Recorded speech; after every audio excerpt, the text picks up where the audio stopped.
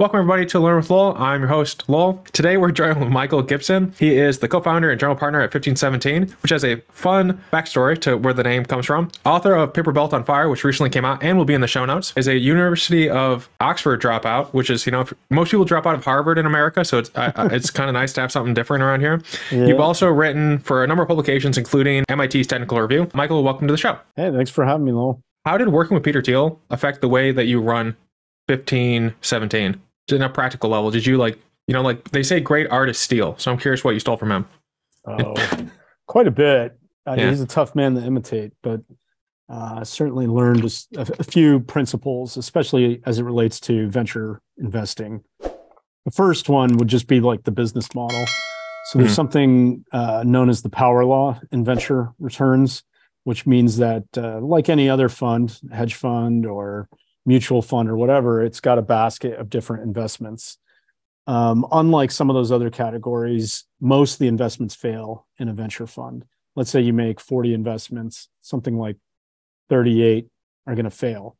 And then that means the remaining one or two has to make so much money that it returns the whole fund and more. So the simple math in venture investing too is that it's a very risky category. And you can't just return money and make a few percentage points and stay in the business. You have to earn, just to keep going in Silicon Valley, you probably have to make 3x on the fund over 7 to 10 years. So what that means is for example, so when we raised our first fund in 2015, it was a $20 million fund. That means we had to return the 20 million and then make another 40 million or 60 million to stay in the business. Okay, so now we have algebra. We know if we made 40 investments, 38 fail, let's say 39 does okay. So now we have to make 60 million in that one investment. Well, if we own 5% of a company, in our fund, we specialize in being that first money in. We're pre-seed investors. At that time, we were hoping to get maybe 5% ownership of a company's stock. So 5% of a company that has to return 20 million would be $400 million market cap. So to return 60, it's going to have to be 1.2 billion. And so that's a high bar. So Peter, I didn't know much about this with venture investing. There are some investors who are like, oh, okay, it's not that every company fails. It's okay, 35 fail. And then maybe of the 4 or 5 that do pretty good, you can make returns. But Peter was adamant that whenever you're evaluating a company, you have to have the conviction that this is the one that returns all the money to the fund. So as a principle, when we evaluate a pitch, we always have that in mind. That's just something that's now drilled into us. We got to think in terms of, is this the company that returns the fund, and convince ourselves of it.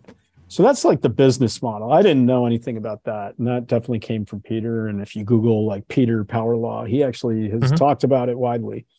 It's in his book, 0 to 1. The next thing would be Peter's thoughts about talent and the types of people who are creative. Now, this is really obscure. Peter went to Stanford, where he studied philosophy, but he also took some classes with this French literary theorist, René Girard. Girard started his career writing about Proust and Dostoevsky, but he developed some ideas about human behavior that he then started moving into anthropology to research. And what happened was he became fascinated by sort of crowd dynamics, herd behavior, mobs, the madness of crowds. And Girard studied many episodes in history, mythology, and he came up with this idea about why scapegoating occurs and why the witch hunts happen. And he, I can keep going into that, but one of the things that stood out for Peter was that Girard focused on the types of people that the crowd chooses to scapegoat. Who do they pick to sacrifice in order to bring the social crisis to a rest? And what Girard discusses is that, it's interesting, is like you see in a lot of mythologies, they're like the hero is oftentimes the scapegoat. Sometimes they're a victim in the story. Other times they withstand the crowd and they end up becoming king for a time. Maybe they're sacrificed later. The sacrificial victim is always treated as sacred in a special sense. And then the attributes of these people were interesting. They were never the foreigners. Like, you could not be so foreign that there's no way you were responsible for the social crisis at hand. On the other hand, you could never be so much of an insider that you were fully protected. You couldn't be the king's right hand, something like that. So the victim is often someone who's on the boundary, someone who's an insider and an outsider at the same time. And so Peter used this, of all places to get inspired, Peter used this as a observation about the types of people who found companies, the types of people who make for interesting employees at his various firms. And so in essence, that's why he hired me. I didn't know it at the time. I dropped out of the academy. I thought I was on my way to becoming a philosophy professor. And somehow through a series of unlikely events, I end up in an interview with Peter and he hires me. And I show up to work and I'm thinking I'm just this unusual person that happened to be hired. But soon enough, I discovered a lot of other people in Peter's office were like me. And I was an insider in that, okay, I had some level of academic rigor and experience, but I was an outsider in that I dropped out and had different ideas than the typical academic philosopher. In my book, I go to some, just because I thought it'd be interesting to make it more personal. I talk about my personal life, how I'm a bit of an insider and an outsider. I grew up in a family and discovered that, the person I thought was my dad wasn't. And, someone I had a biological father who had passed away when I was very young, 18 months old. So even within my own family, I was a little bit of an insider and outsider. So yeah, that principle was something I just saw demonstrated in Peter's office. I lived it. I worked with these people. I saw him fund these people. And now that I'm a manager of my own fund, it's definitely one of the characteristics we think about, this insider-outsider dynamic, where sometimes it's like a unity of opposites. I think this is why immigrants make great entrepreneurs. There are so many in Silicon Valley, and I think it's due to the fact that they are insiders in that here they're in the United States, they're in Silicon Valley, Stanford, wherever. But on the other hand, they're outsiders because, okay, they're seeing this country with fresh eyes, or they're bringing different traditions and perceptions to it. So yeah, that piece is one of the big things for us. And then maybe the last one is just, Peter is not afraid to be a contrarian. And then what's more, to come up with investment strategies that pursue his or express his strange contrarian views. And so we run a venture fund. We primarily work, most of our investments are in companies that share one thing in common, and that is they are founded by people who don't have college degrees. That is very strange for an investment thesis.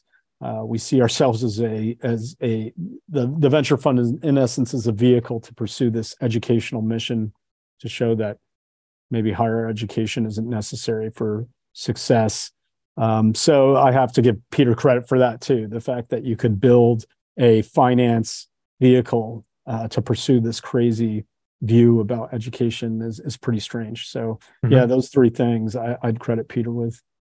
Did anything either from those three things or other things that you just slowly sublimated into your personality where you were able to innovate and start something entirely new? Like, we're inspired to try a different practice or a process?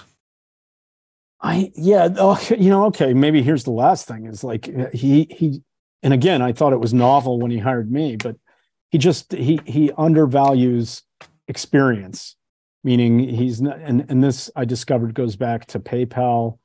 There's a great book on PayPal called The Founders by Jimmy Soni. I recommend everyone read it. It's a incredible story because you just have this group of people: Elon Musk, Reid Hoffman, David Sachs, Jeremy Stoppelman, Steve Chen. All these people built companies after they left PayPal. So you read that book, it's the story of all of them working together on PayPal, and boy, it's a adventure. But one lesson he drew from that experience was that none of them had any experience in finance or banking or payments. And they said after the whole thing that they wouldn't, if they knew what they had to overcome, they would have started the company. And then I think so going, because they had success, that was another lesson. Peter, he just doesn't care that much about someone's experience. He's more concerned, do you have the intelligence, creativity, and insight to find something new? And he moves fast. So I started work, and it's like he decided to launch the fellowship that day. All of that came together in a matter of days. So these are things that I picked up on. We're not afraid to move fast. We're not afraid to experiment, try some new idea out on our fund. And Danielle and I have no business being in this business. Danielle's my co-founder. Danielle Strackman, she started a charter school in San Diego. It's called Innovations Academy. She was a school principal. And I mentioned I'm a dropout PhD in philosophy. So it's no background in finance whatsoever. So yeah, I think those are some good ingredients when it comes to seeing old problems in new ways or trying new ideas out. What made you want to start 517 versus just stay under Peter Thiel's umbrella of some kind? 1517. So my bad. So Peter hired me in 2010, and he hired me to help him teach a class at Stanford Law School, of all things, in philosophy and technology. In the meantime, I was just going to be an analyst on this hedge fund. But I showed up to work the first day, and the night before, Peter had come up with this idea to pay people to do things outside of school. Mm-hmm. There were two conditions on this idea. It was a grant, $100,000 grant, but you had to be 19 and under to apply. And then the newsworthy condition was that you couldn't be in school to receive the grant. So you had to drop out, stop out. And I just happened to be there on the first day. We ended up, Peter wanted to announce this at a conference he was at. I came with him in a car with another guy, and we're like, what do we call this thing? How much money is it? And then Peter's on stage and he announces it to the world. So that was my first day, and I got pulled into it and ended up co-running that program for its first 5 years. I saw a lot of great things come out of the program in that time. The most famous is Ethereum. We helped Vitalik Buterin, the founder of Ethereum, launch Ethereum in 2013. More recently, Dylan Field, he launched Figma in 2012. That made news late last year when Adobe bought Figma for $20 billion. So in the first 5 years, we just, even though it was early, these were green shoots, we saw that there was a lot of potential here, and we were just giving out grants. We thought, oh my God, we could be making money. So why don't we start a for-profit fund that pursues this idea? So Danielle and I spun out. Now, why did we do it? Okay, for one, it was just the potential for upside. So a little bit of greed. It's like, oh my God, we could be doing quite well if we do this. But there was also the mission aspect, which was the Thiel Fellowship is limited to Peter's generosity. And he's stuck to pretty much 100K grants a year. And we just thought, wow, if we're making money, this could grow. It could become something like an endowment where we're able to help more and more people who are off the beaten path. So that was the inspiration. And we launched in 2015. I named it 1517 to carry that mission forward. So that's my geeky historical reference to the Protestant Reformation. Mm-hmm. 1517 is the year that Martin Luther nailed his 95 Theses to a church door. Some say that's an apocryphal story, but we'll go with it. And what he was upset about with the church at the time was that the Catholic Church was selling indulgences and making a ton of money to do it. That's how they built St. Peter's Basilica and some other beautiful structures. But they were selling this piece of paper that in essence just said, oh, okay, you're absolved of your sins. You give us money, we wipe away the slate, and you can be free of guilt. And so it's just bizarre, that you think you could save your soul by just paying money, but people did it back then. And so the analogy for us was something similar, where nowadays, there's a piece of paper that you need to purchase at great expense. If you don't have it, you are doomed to hell. And that piece of paper is the diploma, and yep. The university is the corrupt institution. So that was the inspiration there. I noticed if you wear a number or if you have a number somewhere, people ask you what it means, and that was a good signal to me to roll with the number as the name. I tried it out at a hackathon, LA hackathon, at UCLA, and people seemed to like it, so we went with that. He had 95 different reasons, Luther. I thought, from my memory, I'm sure the, going to the highest bidder is definitely sure one of them. I thought the larger issue, or at least the thing that really pissed off the Catholic Church, was that he was about democratizing religion and making it into a language that anyone could read. Yes, that was part of the greater movement. Was the Catholic Church, and still to the same, maybe not to the same degree, but still it's the case.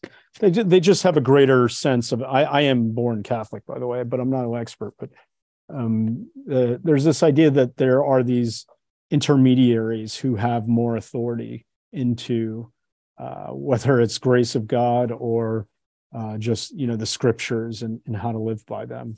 And these can be priests, there are bishops, there are all these various levels. But nevertheless, between any person and God, these intermediaries are going to interpret the canonical texts and what Scripture says. So I think, that really came to a head during the Reformation, where people thought that, wait a second, now that Bibles are being printed not in Latin but in German or French and so on, and I can read this thing because most people couldn't read Latin. Maybe I should decide what it means or how to interpret it or what it says, and that really started to undermine the authority of the church, and led to all sorts of troubles. Right? I mean, the wars that followed were quite catastrophic in certain places, and deadly. But at the root of it was technology, which was the printing press. So Gutenberg, it had been around for about 60 years or so, but it hadn't really diffused all the way through Europe. And I think Luther just sort of struck at the right time. There had been people before him who had similar ideas, but they got nowhere because their ideas couldn't spread. But by Luther's time, in essence, he was like the first shit poster, and his 95 Theses are the first listicle of tweets, angry tweets, and they went viral. Yeah, sometimes it feels like he had like the ideas that were a bit trolly, but he also did things in a way that would garner attention. If he was just like, hey guys, let's meet at 3 p.m. at the Central Square, I'm going to tell you about my 95 thesis. I don't know how many people would have shown up for that. Now he nails it to a church door. He's getting people's attention. Like clearly, like the church people could have just like taken that off and burnt that in the corner, right? They could have hid that, but they were so pissed off that they just started telling everybody about it. So it was like free PR. You're right. He had a flair for that. I guess he was also, I haven't read all of his writings, but apparently he was obsessed with shit and feces and like calling the church, like, so he would use pretty, language that normally wasn't used in this domain, talking about, shitting on the church and so on. And that was a way to draw attention. Right. Yeah. I know one of these, similar to what we're talking about here, but you've talked about this elsewhere. It's just the idea that universities are a form of auth or validator. Like you have like this, badge, and unless you do whatever, like a merit badge or something. I'm curious for you personally, what is your auth system? Like, for Danielle, your co-founder, or just in general, where you're meeting people, how do you validate someone? I never want to be in a Shark Tank situation where I'm sitting in a room and someone just walks in. I've never met them before. I don't know what they're about to say. And then they tell me over the course of the next 20 minutes, the end of which I have to make some kind of decision. I can't do that. Why? Because I can't get a sense of their character, what they're capable of, what it's like to work with them. When we started the Thiel Fellowship, we had applications. We were very imitative of college in a way, because we asked for things like, what's your GPA? What's your test score? What school you go to? AP exams, all that. And we learned pretty quickly that those types of stats aren't really predictive of success as an entrepreneur. Granted, if someone comes in and they're pitching a really high-tech idea, we have to know that they have the smarts to build it. But there are so many other character traits that we learned to look for, because we met people who were incredible engineers, but they were incapable of working with others. They had no social, emotional intelligence.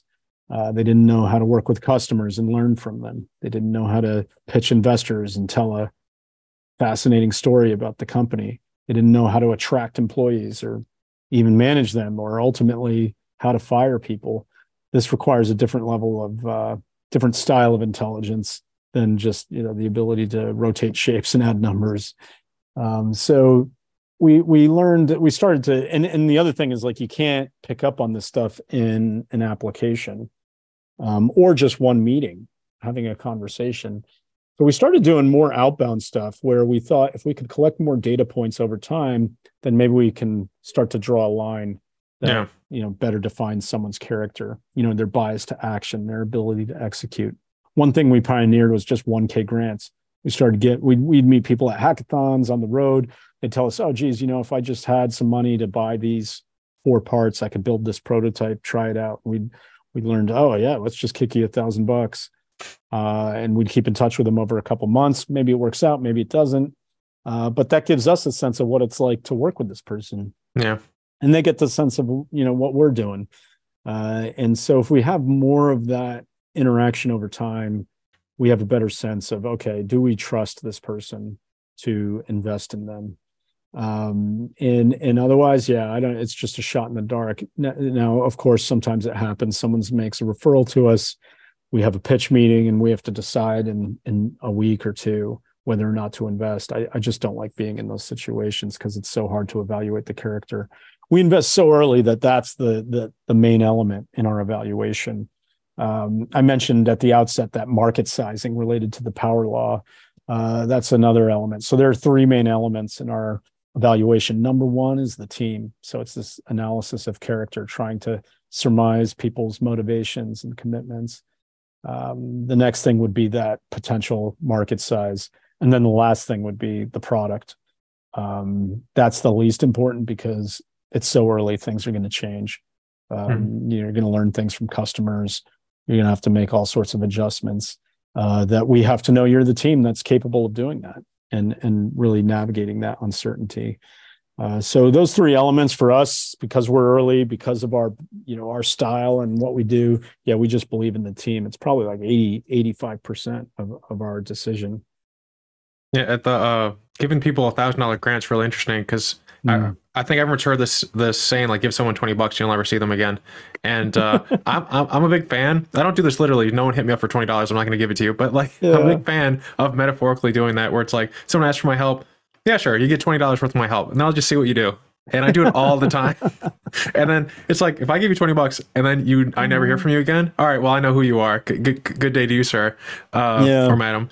God, yeah. I heard someone talk, I can't remember who, but they just put money on the lectern and they said, here's $20. Anyone want it? And it was in the auditorium classroom setting and no one got up to get it. It was like people, they didn't think it was real or they didn't want to embarrass themselves. They thought there was some trick. Finally, after some goading, like someone walked up and just took the money and was like, all right, great. And it was meant to be some example of like inefficient markets, because there's this old thing about like an economist, if he sees a $20 bill on the sidewalk, he says, don't pick it up because the market is so efficient. If it was real, the market would recognize that was $20. So it must be fake. Entrepreneurship is all about that, right? It's all about seeing these $20 bills places that no one else sees. Yeah. And then recognizing that if just because no one else is doing it doesn't mean it's not to be done. I think there's an element of like stratification in terms of how people see problems of, that's just how it is, or whataboutism or tautologies, where it's just like, it is because it is, which irritates me. I know, like personally, if I hear a problem 3 times, I start getting twitchy about it. And so I try to filter what problems I hear. But I have a couple of friends that'll just call me and tell me a problem and then just see what I do. It's not nice. That's funny. But, so René Girard, the literary theorist, one of his big ideas is this theory of mimetic desire. He had this thought that humans are motivated by envy, we're motivated by just wanting to fit in. And so a lot of our desires are formed by just imitating what other people want. And I think that's very true.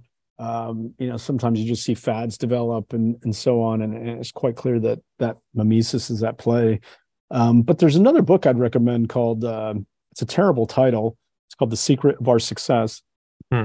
And it's by a evolutionary anthropologist from Harvard named Joe Henrich, or Henrich, not sure how to pronounce that. And he, I guess the secret of our success, he means humanity in the successes in the landscape of evolution. And so the secret that he writes about is our ability to imitate, is that's how we pass on knowledge. That's how we learn.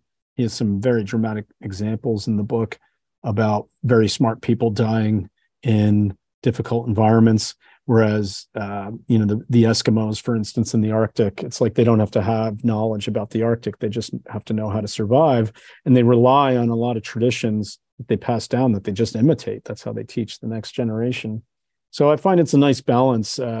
It's like imitation isn't bad or good in and of itself. Is it optimal? Is it towards the good? Is it doing something well? So I don't like the way that's always characterized. But I think you're right. It's like, just because you see people doing something, you got to be careful. There's a famous problem in sort of decision theory to illustrate something called an information cascade. And these cascades are when one person acts on their own information, but it's wrong, and then the next person acts on that person's information instead of their own. They sort of set this cascade in motion. So an example could be imagine at the front of a classroom, there's going to be an urn, and it is one of two urns. Either it's an urn with 33 red balls and 66 black balls, or it's the other urn that has 33 black balls and 66 red ones. All right, you don't know which urn it is at the front of the classroom. One person at a time is invited to come to the urn, pull a ball, which no one else will see, and then write down on a piece of paper which urn they think it is. Okay, so what's the decision theory here? First person walks up, they pull a ball. Let's say, for the sake of argument, that it's a red ball. You should always say that whatever ball you pick, you should guess, okay, it must be the urn that has that color majority.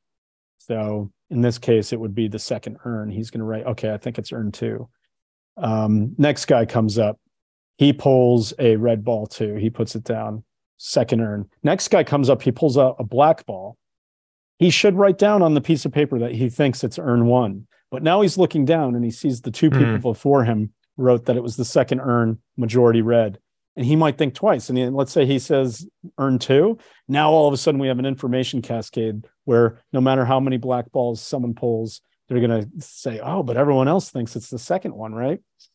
So I think that sort of dynamic sets these cascades into effect, and then people just start imitating each other. And I would extrapolate this out to the college example. I think there was a time like college pays. Why does it pay? Well, because for all sorts of reasons. And in the past, it was much cheaper. It worked for people. The baby boomers had extraordinary success going to college. But now you can't just imitate that strategy. We hit one of these cascades that took off where people just said, oh yeah, that's the smart thing. That's the smart thing. And they weren't paying attention to the underlying conditions or what the education was really doing. And I think that's what's led to the current situation where we have all this debt. We have all these people who are immiserated by the system. And I don't know, all the other political problems as well with, the polarization of faculty and so on. Yeah, the principle applies to group dynamics as well. There was a study and that I remember, I don't remember the name of it, but it was in neuroscience where if you get like 8 people in a row and you have like one person who's actually the one being studied and everyone says yes to something, even though it's a no answer, the person at the end is like really unlikely to say no. Right. Yeah, that's a great one. I think that's Solomon Asch, maybe, I think was the psychologist on that. Yeah. I use it all the time. Well, if you have a good sense of the group you're in, you can start asking, like, are we ready to go, to the people that you know are going to say yes? And then if you know the people who really suck at making decisions, you put them last and they'll just say yes. Which there's a couple people in my family that suck at making decisions. So if you structure your group dynamics right, it makes things a little easier. Yep. But there's another similar thing to believing something that's true that's not true. Where I think most people have heard of like don't be a lemming, but actually lemmings were induced to run off that cliff. Like they were like forced to kill themselves. Like they didn't want to like. It's not like a bunch of lemmings like follow each other off the cliff. It's like a human was like, oh, this would be great, black and white footage. So there's an element of like question everything, I guess. But that's great. So there's a story with Joe Rogan when he was I was listening to his show, and his wife, he was golfing with a guy, and the guy cheated on, I don't understand golf, so I'm not even going to try to explain how he cheated, but he cheated on like a really stupid thing. And he was, Joe was about to do a business deal with him, and his wife was like, don't do it. He cheats. And he's like, well, it's just golf. Who cares? And so leads me to a larger role where it's like what people do in the smaller things is how they extrapolate to the larger things. Because that guy, for that story, for instance, like would later try and steal from Joe. He was just like that type of person. Right. And so are there other, I don't know, like truisms or whatever the word would be, have you noticed in like people's behavior where you can see something small or something that people don't know to keep a bottle on that lets you get a sense of who they are? I think over time. Yeah, I think if people don't know they're being watched, it's even better. So if you go to a restaurant with someone and you notice that they're mean to the waiters, and demanding and so on, but then they turn and they're nice to you because they need something from you or something. I think little interactions like that can be quite meaningful, I think. Stress is good. Yeah. I had an advisor in college that said, if you want to know what people are, put them in a situation that like almost like really pisses them off and see how they operate. Yeah. God, I someone recently put together a collection of Steve Jobs emails and interviews published on the internet. I forget what it's called, but it's a wonderful collection. And one of the things in there that was kind of neat was this interview with Jobs about how he interviews candidates. And so he said he would look up before the interview what products people worked on in the past, and he'd pick the worst one. And in the interview, he would bring it up, and he'd be pretty harsh about it. He'd be like, hey, you worked on this product and it's a bozo product. It was a piece of shit. Why would you work on a piece of shit? And he did that because he didn't want, he says, it wasn't necessarily to criticize their work or the product. It was more to see how they would react. And if they totally caved in, he was less interested in hiring them. He wanted people to work for him who would defend their ideas. And so the people who pushed back were like, oh, what are you talking about? That was a great product. Here's what I loved about it, and so on. He was more interested in. So that's I haven't ever gone that far in an interview, but like Thiel is famous for a question that throws people off. Now that it's circulated and talked about, it's not as useful, but there was this question like, what do you believe to be true that the rest of the world thinks is false? And if you hadn't heard that question before and you're on the spot, it can be quite revealing. Some people would like fumble because maybe they haven't really disagreed with the consensus, or they'd come up with a really small example or something they thought was contrarian, but not. So I remember it was like if someone was from San Francisco and they come in and they're like, oh, well, you know what? I'm an atheist and we live in this religious world. You're like, I don't know. I live in San Francisco, a ton of atheists there. That's not that contrarian. But if you were from Alabama and you're like, hey, I'm an atheist and I don't believe in God. All right, that's more interesting, right? So the context would always tell you more. And then, if someone just rapid fire was like, okay, here are 5 ideas. I don't believe we landed on the moon. I think it was a Hollywood production. It's like suddenly it's like, okay, this is an interesting person. Maybe they're a little nutty, but that could be good. I imagine what I would do in that scenario. And I try to imagine not having the answer, like the question posed to me in advance. I feel like I would just sit there for 20 minutes, then give an answer. I don't know if I... Well, I appreciate that too. I think that's quite revealing is one, you're comfortable with silences in a high stakes meeting, which I think is important. It's good for people to collect their thoughts and then maybe say what they truly think. A lot of people, I think, grow uncomfortable with the silence. And so they rush into saying something. Peter actually is really, good at this in the sense is like, he'll sit there. You could ask him what his favorite color is and he'll pause for like 4 minutes thinking about it, look out the window and then come back with an answer. So I think, that level of comfort being in a room and not feeling like you need to say something this minute. I think that's quite valuable. Hmm. Well, that's good to know. Anyone out there who are thinking similar things, you can relax a little bit.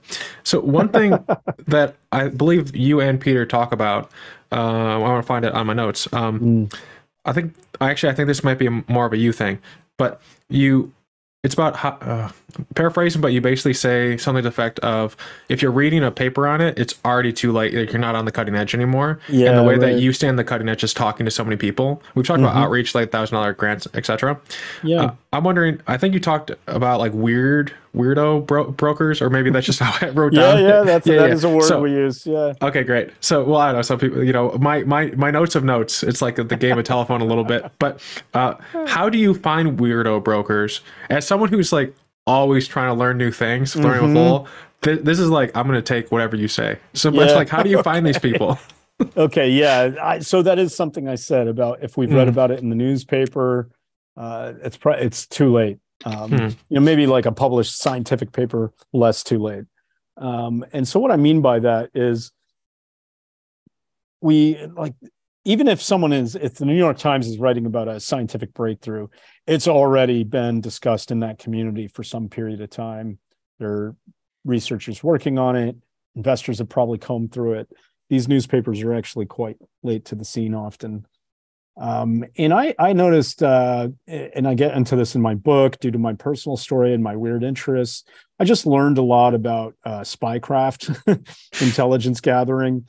And one of the things that stands out in a lot of the books on the history of intelligence, especially the CIA, there's this real bifurcation in that community between intelligence that's gathered through people, which is human intelligence, and then signals intelligence is the other side. That would be information collected through technological means, through communications and so on. So that would be like the NSA hoovering up data about phone calls and so on. I think the signals theory is really valuable. I think, okay, maybe that helps us understand the bigger picture. But what I learned in what we do is we really have to depend on human intelligence, because of what I just said, is like there really are people working in a garage. It really is the case that maybe 5 people in the world are experts on a topic and no one else knows about it. And so to really get to know who they are, I have to find the people who know them, and then maybe the person who knows that person. So it really is this gumshoe or shoe leather, what is the term, effort to find people. And now those people might not be the ones we invest in, but at least it gets us up to speed on something that's happening in a frontier of technology. How we do it is basically how I do my job, which is I'm on the road, I'm taking meetings. I'm always trying to, let's say, if it's a university campus, I want to be in touch with different student groups. Oftentimes I'll go to an event on campus. It could be a hackathon, but maybe I meet people associated with that hackathon and I want to get coffee with them. I have a playbook I'll go through, not like robotically. It's not some protocol I kick into action, but I'm always kind of probing, like, hey, I'll want to listen to this person I'm talking to, but at some point I'm going to drop the question like, hey, is there anyone else I should meet, or anyone else on campus you think is doing really cool stuff that I should talk to? And in that way, I'm just swinging vine to vine, meeting person to person, trying to find that 3 or 4 people working in the lab or the garage that no one's paying attention to.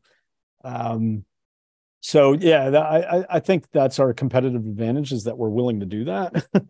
A lot of VCs want to sit in their cozy offices and just type on the computer, do a search on some website to find the cool thing. And I think that's bonkers.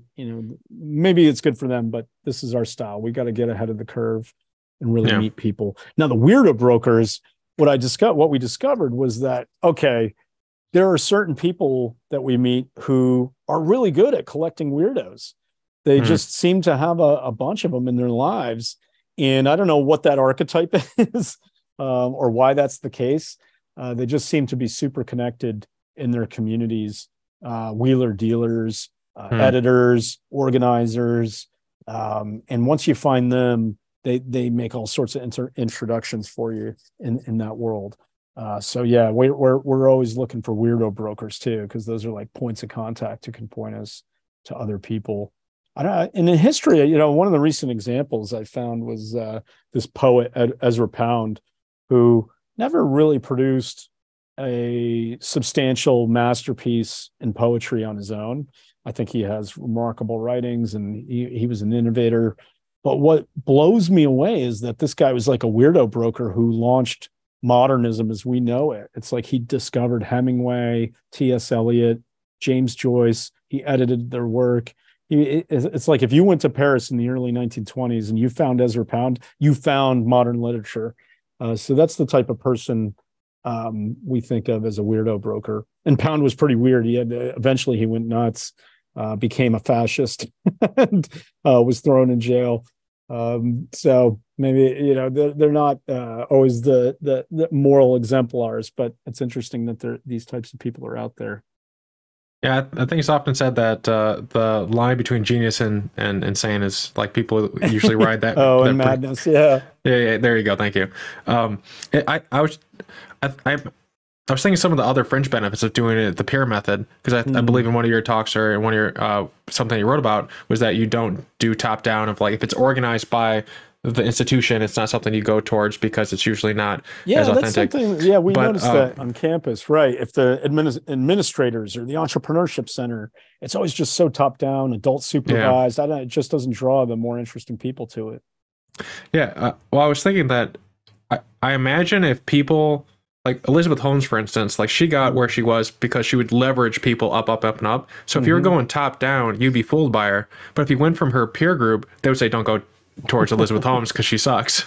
Yeah. So like I think that also has that element of that's interesting. So they're seeing a little bit more. You can go up and across. Yeah. That's a good point. Because people usually talk up if they're not great people. Like they'll talk good to like you talked about with the waitress, doesn't see the waitress as a great human, sees you as someone to impress, so they're gonna be nice to you. Then you say something nice to them. Yeah. It's like she was successful because she convinced outsiders, people who were high status, prestigious people, to get behind her. But if you were an insider to that world, it's like she didn't have that support. She didn't have peers within the blood testing community or anything like that who would support her. Instead, it was like old eminent men like Henry Kissinger or someone who like she managed to convince. Yeah, I think it sounds like there's another benefit in you doing it that way. What about if there's like a George Church of a lab, if you talk to them to find innovators in their lab, is that still useful, or does it fall into the idea that it's institutional? Yeah, that's good. George Church is amazing. He is a fascinating example of someone who has managed to marshal resources and some independence in a really productive way. I've met him once. I've certainly followed his work. I don't know what his secret sauce is, so I don't know enough about his career. Like, how is this possible? Yeah, it was just an example. It was just an example. It was just the guy I was thinking about because I emailed him earlier. I know, but it's a good one. So yeah, and that leads to the next thing. So I mentioned that when we evaluate things, we're always interested in commitment. To build a startup from nothing to something, it's going to involve all sorts of twists and turns and ups and downs. There are going to be highs and lows, and the lows are really low. It can be a dark night of the soul. And to get through those times, you really have to be committed to what you're doing in a way that isn't just based on, let's say, money, fame, or fortune. It's got to be something deeper or something, or sometimes we see like a band of brothers, friends thing where people are just in it because they love being with their friends. What it can't be is, hey, I'm in this for the money, because the likelihood of success is low. Expected value on that decision is pretty low. So the commitment, when people drop out of school to do something, wow, that is a strong signal that they're giving up this socially sanctioned path to do something unusual. Real positive signal. They believe in what they're doing so much that they're willing to leave school. When we come across professors, sometimes it's like they have research that they think they can commercialize, but they're not willing to give up their cush tenure job in order to commercialize it. Instead, they'll like have a postdoc who's going to take this intellectual property and bring it to market and lead the company. And I guess there's a model there, but to me, it's like it's somewhat negative, because if you're not willing to do this yourself, that's a signal to me as an investor that maybe it's not worth doing, or the chances of success are quite low. But so yeah, we tend to shy away as investors if we come across an idea like that, where someone's like, "Oh yeah, it's my professor's IP, and he didn't want to do it, but he said I could." But with George Church, it's interesting. He's created a situation where, he's done. His name is on he's like the Genghis Khan of researchers, or he has so many descendants. It's like all these spinouts or whatever. So that's funny. I don't know. I said the same thing to him. Okay, it's quite remarkable, and they've been successful. Like he's been part of a lot of successful things.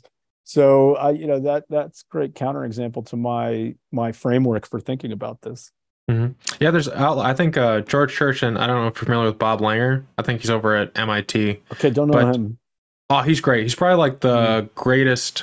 I met him in his office once, and it's just full of awards that he's gotten. Like he's gotten like the President Award. He's like, I think someone did the math, and he's like saved like 100 million people or something. I don't know. He's a really cool guy.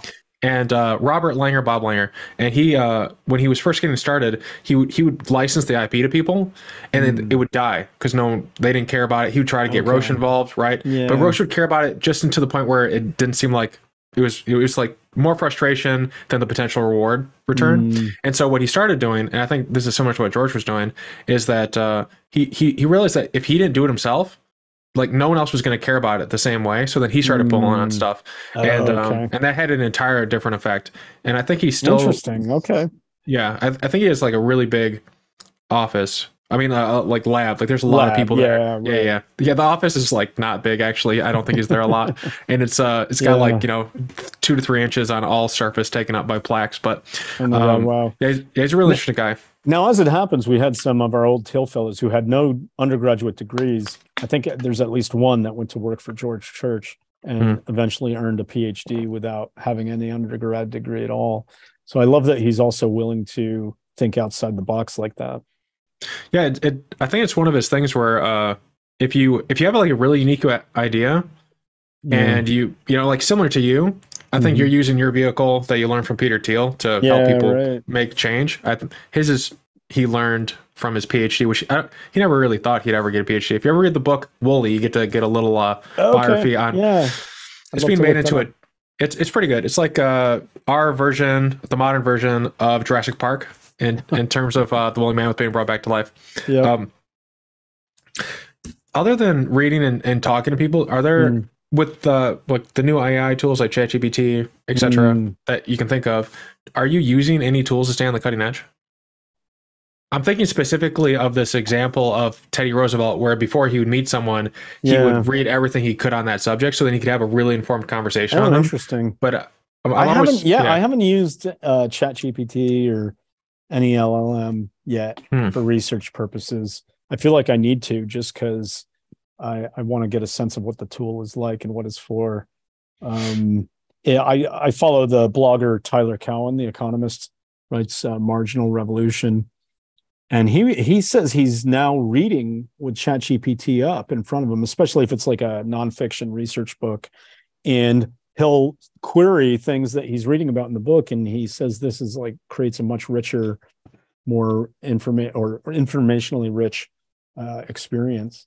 And that's why I like for it. Yeah. Okay. Yeah. I haven't done that quite yet. And I'm curious, maybe I should give it a shot. It's really efficient. One thing I always like to do is I ask it to you could you set the query parameters. Like imagine you're, George Church, and you're trying to give people the 20% of tools for CRISPR engineering to develop this type of product. Like what are those 20% that they need to understand very thoroughly to develop it? And then I take that and then I read more about it. Like it saves a lot of time. It condenses a lot.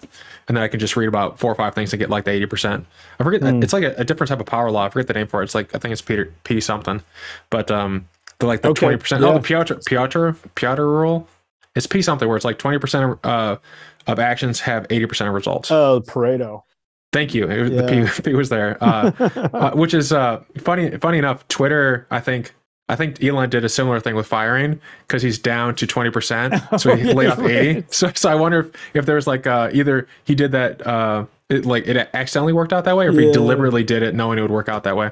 But the you talked about, I think on your Twitter, you shared, I don't know if anyone ever sees these things, but it's like they show like the 2000s or the 90s, like people in high school, and it has like the montage. Oh, And yeah, right. I think you said something to the effect of like, people feel nostalgia. You see a prison, which I agree. I didn't know you could test out of high school. I felt so betrayed when I learned this. So I hated that. It's such a waste of time. But Yeah. there is an element of like locked in syndrome when you're going through K through 12, and you enter the world, especially nowadays, where if you're going through K through 12 and you enter the workforce, you're not competitive at all. I think in this time right now, compared to any other time in history, the education system, I think, is actually setting people up for failure, because it's one bit built on the model of making factory workers, blah blah blah. But we agree with each other. What do you think about how to unlock people's brains from that locked in syndrome? How would you take someone who is in that narrow focus of K through 12, achievement for memorizing tests and then forgetting it 5 minutes later, Right. and then getting them to a state where they could be challenged to take these type of 1,000 grants to find their curiosity? I have some ideas, but I'm curious what you think about this, because I wonder this all the time. I feel like there's a whole generation of people that might be left behind. I think that at the highest level, it's just awareness and exposure. So I grew up in the 80s and 90s, and startups didn't really become a thing until 95, when I was, ending high school into college. And so I just didn't know that like you could do these things. Fast forward to today, I still think it's the case that, as prominent as startup culture is and Silicon Valley success, I think there's just like a lot of people out there who don't know what's possible. They go to career day and they still just see a lawyer, an accountant, and a doctor, or something traditional. So I would just love to find a way to expose people more to the people working on these things, or what's possible. Now, when it comes to actual, like, okay, someone is in the K through 12 system, they're clearly not made for it, but they're stuck in it. What their parents don't know any better. What do we do? Well, it would be interesting if we could get them out somehow and create one example, one path. It's like, can this person do independent study, and really get a GED, or there are some homeschooling type things where you can affiliate with different programs and end up with a high school degree, but you're on your own, pursuing your own interest.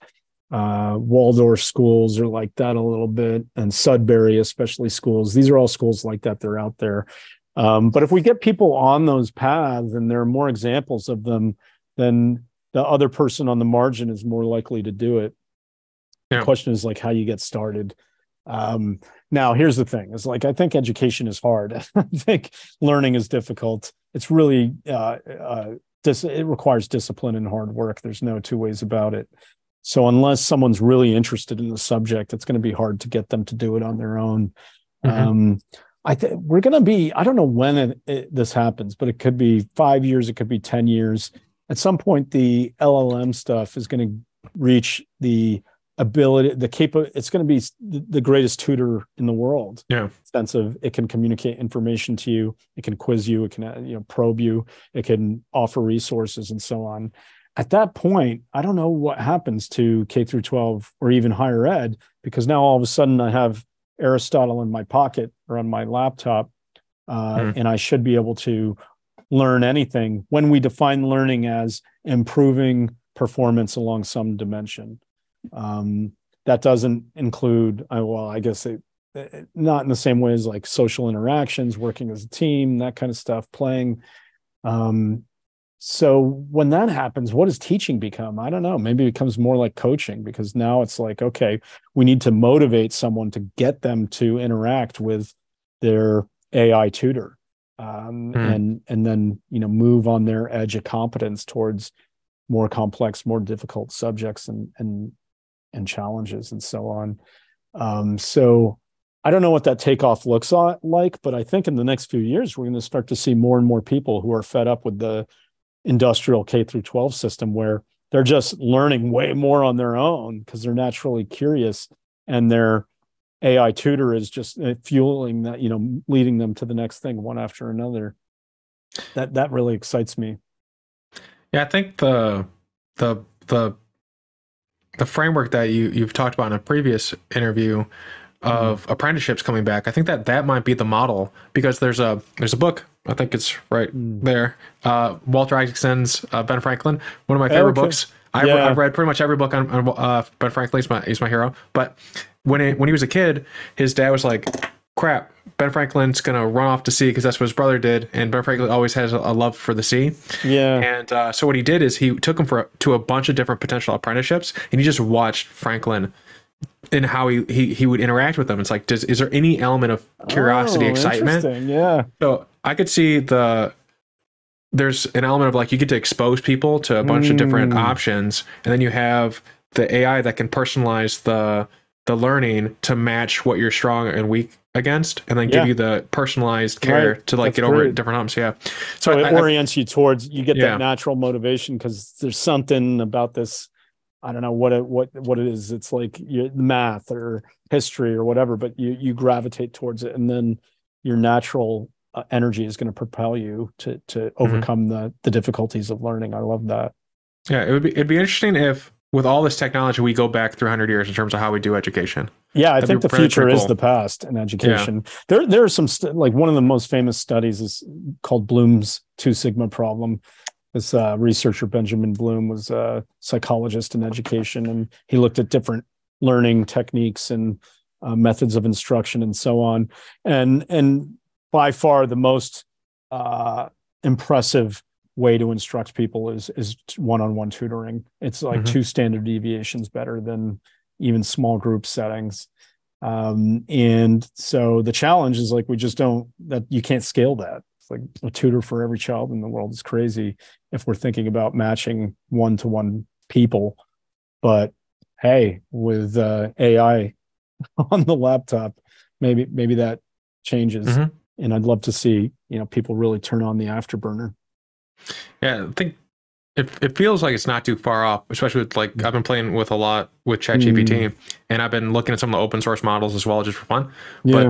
But the ability to synthesize, and then you can take that and run with it, it's pretty, like, I look at many different areas because I have a variety of interests, and I talk to a variety of different people. Yeah. And so what would normally take me like 10 hours to get to a sense where I could have a conversation like this, I can do it. I can get I can get much deeper in like a tenth the time and spend like that 9 hours like having fun, like exploring different like crevices of it. And then I can ask hopefully better questions. But sometimes they're a little bit too esoteric, so you guys start a little broad and then work in. I'll mention one sci-fi novel I really enjoyed called The Diamond Age by Neil Stephenson. It's this wonderful, it's a strange future, post nation state world, a little chaotic. And the story centers on this engineer who was tasked with making 4 AI tutors for 4 rich children. And I guess the AI is attached to like this iPad thing called a primer. And so he's commissioned to make these things. Well, one of the iPad primer AI tutor objects falls into the hands of this young woman in a slum. She's very poor, and she's a child. And so she grows up with this AI tutor. And by the end of the novel, she's like this queen marshaling an army. And so it's this wonderful story, like this Bildungsroman set in the future involving an AI tutor. I really love this story. It's a bittersweet idea because there are people today who are dying, never achieving their their potential. Yeah. And I mean, there's stories of people from, I forget his name. I think it starts with an R. But that came from India, that was just like a basic math textbooks. Oh, Ramanujan, yeah. Yeah, thank you. How many people just how many people like him are out there, but they never got that textbook in their hand, or they didn't get inspired, or they didn't see that something was possible. And then you have the people that do have the abilities, but they're not Oppenheimer. There's a funny story. I don't remember what book this is in, but there's Oppenheimer literally stabbed a dude when he was in college, and they were like, "He's a genius. Let's let it slide." Whoa! No way. Yeah. Well, if you got the right, his credentials was his brain, and so there was another guy who was walking like 5 miles to get to the university, and all he needed was to be able to like start college like 10 minutes later, and they wouldn't work with him. His IQ was higher than Oppenheimer's, and he just works on like a ranch now and writes books for himself. He doesn't even publish them. Wow. Just like the sadness of that, where God, like weird, a 10-minute right? difference, one admin person not being empathetic to someone else. Jeez, nuts. Yeah. But for you, I don't know what age Thiel was and you were, respectfully to each other, when you first found each other and he mentored you a bit. But I was early 30s. Yeah, Yeah. 30, 32, 33. yeah. And then, so are you finding people like yourself, like, in a similar relationship to Mentor Up? Not so we our fund started as 2 people, me and Danielle. Now we're up to 5, including us, so 3 other people. And in essence, even though they're technically employees, there is this sort of mentor relationship where I think the business of investing is very much a apprentice master model, where a lot of tacit knowledge is accumulated. That's knowledge that can't be explicitly written down and passed on. You just have to be there. It's embodied. It's in the interactions, the questions you ask, the things you care about. And so, yeah, we have a small team, but in essence, it's a little bit like that relationship. I think that was my aim in writing my book, was to put what knowledge I had and could express, as difficult as that was, down on paper. I hope it leads to all sorts of conversations with people I'd love to talk to. When it comes to abstract mentorship, like if I meet a young man and he is looking for guidance, I'm pretty good at like one-on-one conversations. I haven't figured out like, okay, I don't know. It's like, am I a wise person? I don't think so. So it's like, maybe you shouldn't be asking me for advice when it's just about life. I'm happy to philosophize on it and mull it over, maybe even tell some jokes, but I don't know how good of a mentor I am. But hopefully I can lead by example at a minimum. Yeah. Well, the people in your team, I guess the one test would be, what are they doing in like 10 years? Yeah, that's good. I like that. So I'm curious, for the people that are on your team or that you're helping in this way, what's advice that you're giving them, and what advice are you giving them to like the opposite of this? What advice are you telling them to avoid? Ooh, that's a type of person out there. There are people who are very good at taking bad advice and thinking it's good. Okay, so yeah, there are different people I work with. I mentioned people on my team. Well, we make investments and we work with startup companies. When we invest, it's 2-3 people. We'll meet with them every 2 months or so to go over, what happened over the last 2 months? What were the goals? What are the plans for the next couple months? Okay, what can we do to help? And those conversations can be business oriented. So it'd be, what I think about the strategy, or maybe they need to make some hires and I might be able to find a way to help them reach the right people. So those are really like, it feels like the mechanics of it. It's not like to the soul of like, hey, why are you doing this? And so on. So I feel like there's nothing concrete I can say that applies to a lot of cases that might help your audience. So I think it comes back to this theme we've touched on a few times, which is you got to fight hard to be yourself and really trust your own judgment. A lot of people just want to outsource their judgment to others and merely copy what seems successful from the relevant reference class. So maybe you're a startup and you've gone through Y Combinator, the accelerator, and that program will tell every company in the batch, okay, here's the pitch that you're going to say to investors, and here's the numbers in terms of what valuation we think you should go for, and so on. And those types of programs can be hot houses of groupthink, and they don't really, they're not good at giving specific advice to this specific company based on the context it's in. And so I think people really, just trust your own judgment. I think we're, as an inductive matter, or rather, I think nowadays we rely too much on the thinking of others and the way others feel and perceive. And I think we would do well if we, examine our own intuitions and gut feelings more, and then really work on, okay, what is my context and what I'm working in? Context is king. I wonder to what extent our society is being run by narcissists, the ones that just thinking of themselves comes naturally to them.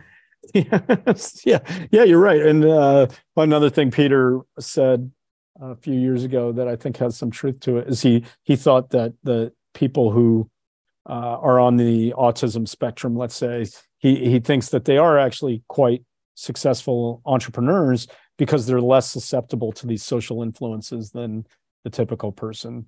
They are willing to just like do something and think to themselves, and to hell, if someone thinks this is weird or unusual or whatever.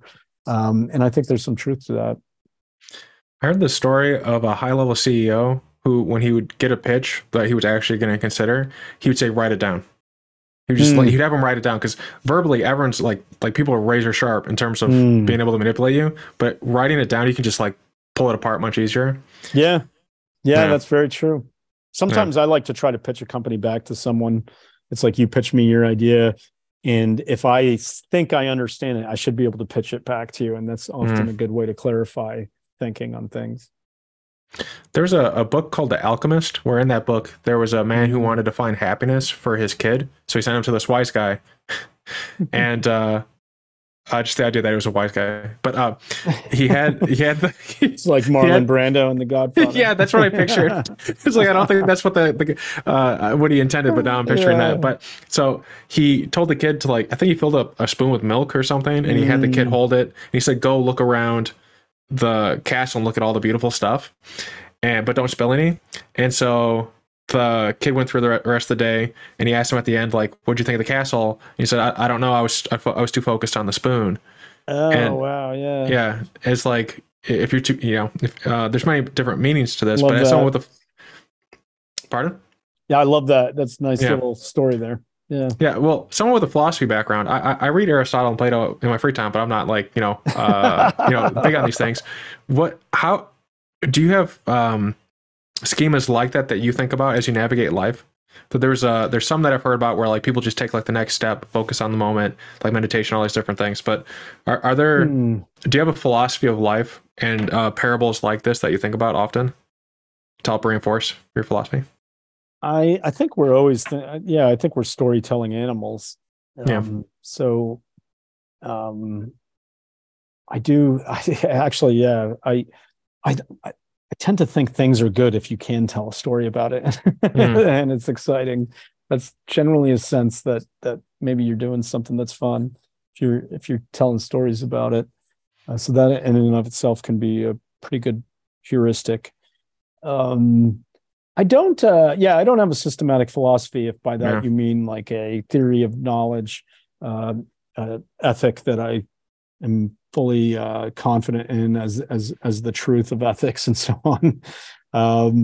But I do read widely in the subject, and I have my interests and so on. I studied ancient philosophy, but also moral political philosophy. So, I'll still read widely in those subjects. I think it's part curiosity, but it's also this hunger to ask these deep questions that might not have answers. They probably will remain mysteries. But what is the good? What are the foundations of our moral judgments? Are we just these creatures that have this paint we throw in the world and assume it's objective, or is there's something out there in the world that we're tracking? I don't know, but I love those debates and thinking about them. I like to think that every religion has like 1% right. If there is like a deity of some kind, that like all of them have like 1%, and it's based on like our instinctual ability to see something but not be able to describe it. And so if you had like an AI like mashed all together, if there was like some type of larger thing, they'd be like, oh, it's like God's in the code, but like this overlap in Venn diagram. I like that. That's good. This constant assault on the ineffable. Are there what are you currently on the lookout to learn more about? So are there types of people you're looking for? Are there problems or questions that you have? I got interested in the history of the Renaissance, and Mm. it's this question like, why did the Renaissance happen? I'm interested in these historic periods of creativity, and I knew some things about the Renaissance, but I hadn't really dug in. And I've recently came across two books by Mary Hollingsworth. Let me double check that name just because I don't want to.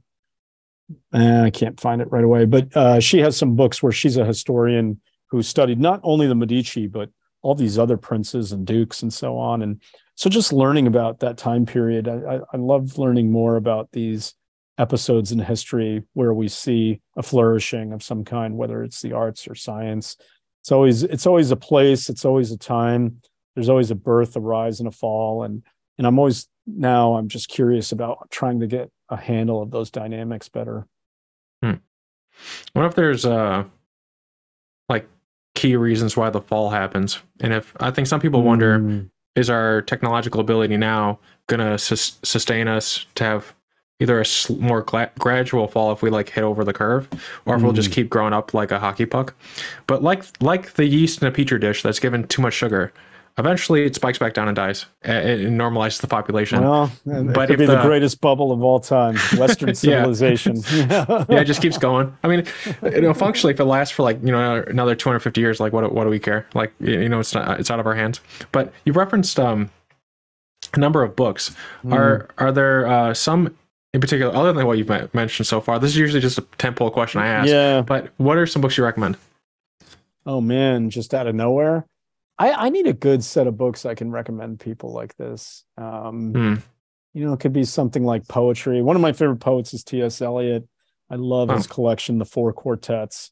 It touches on some of these moments that you're describing where words seem inadequate, but there seems to be something deeper to the experience.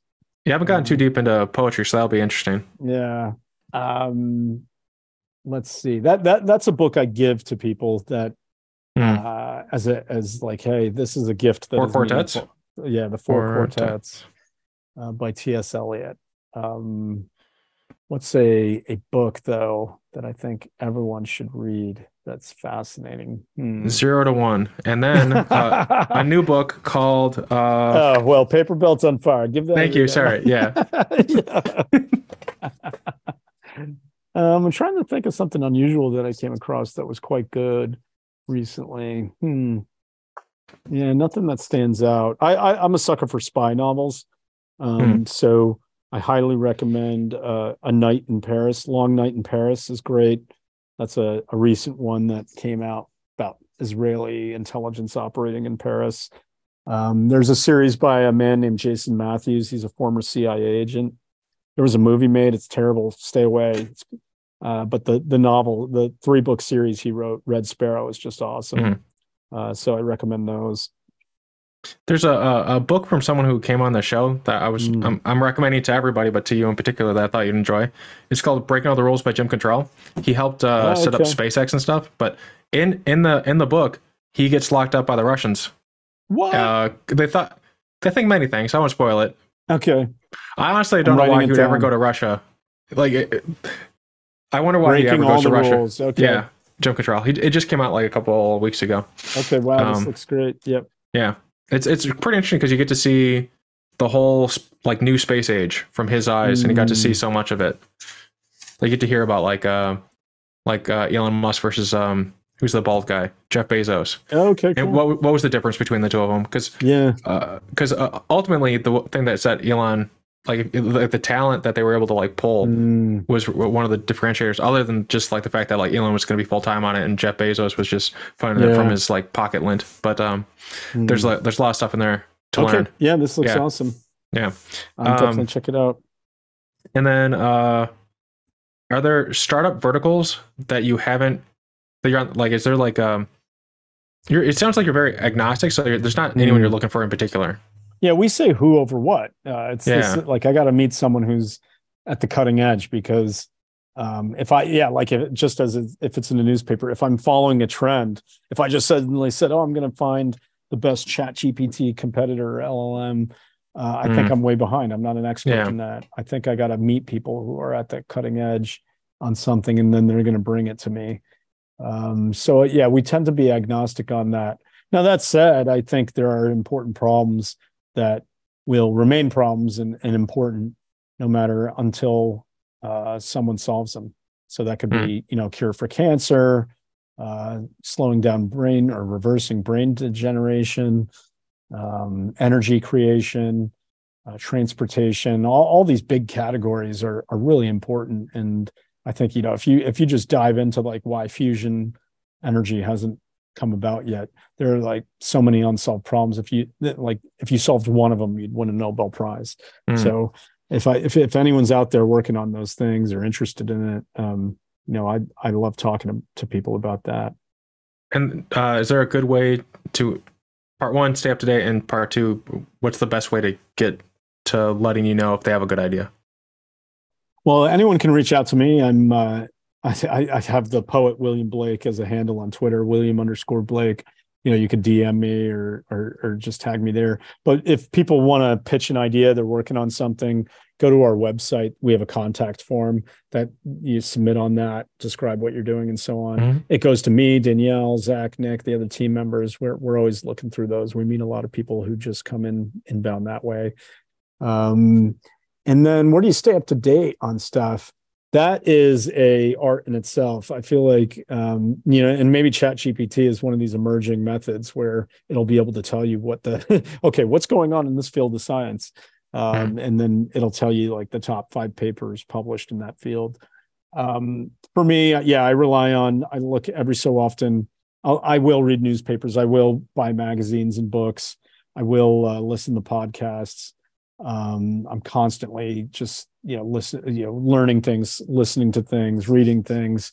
And then I'll also, I don't have like a source where they're sending me research papers, but if I hear something interesting, I'll start, I'll download a couple papers and sort through those. Makes sense. Alrighty then. Doing the outro then, because we do them together because it saves file, those are all my questions. Well, actually, do you want to leave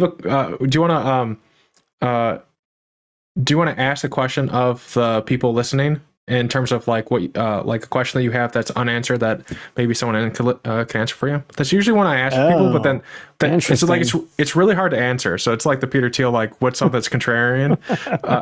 I've been dropping it. Yeah. God, what's a good one on that?